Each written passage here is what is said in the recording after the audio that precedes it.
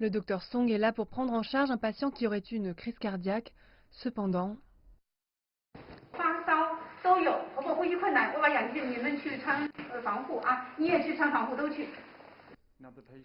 la patiente avait de la fièvre. Nous sommes tous descendus, nous sommes retournés dans l'ambulance et avons mis nos combinaisons de protection.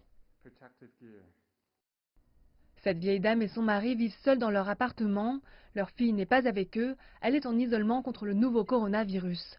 Elle a fait l'appel d'urgence lorsque sa mère a perdu connaissance à cause d'une crise cardiaque. Mais le personnel médical a découvert que la patiente avait aussi de la fièvre depuis 3 jours.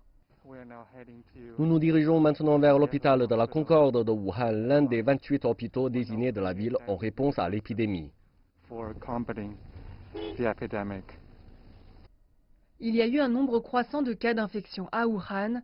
Les professionnels de la santé du centre d'urgence de la ville sont débordés depuis l'éclosion de l'épidémie, s'affairant à rassembler et envoyer les patients dans les hôpitaux.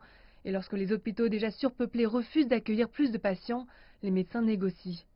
Aujourd'hui, la vieille dame a de la chance. De retour de mission, nous avons enfin trouvé l'occasion de parler au docteur Song. J'avais déjà eu un contact physique avec la patiente quand j'ai réalisé qu'elle avait de la fièvre. C'est la raison pour laquelle elle n'a pas mis sa combinaison de protection à ce moment-là. Elle doit donc se désinfecter complètement par la suite. En effet, il arrive souvent au docteur Song et à ses collègues de travailler sans protection par manque d'équipement. Il n'y a rien à craindre tant que nous prenons les mesures de sécurité appropriées.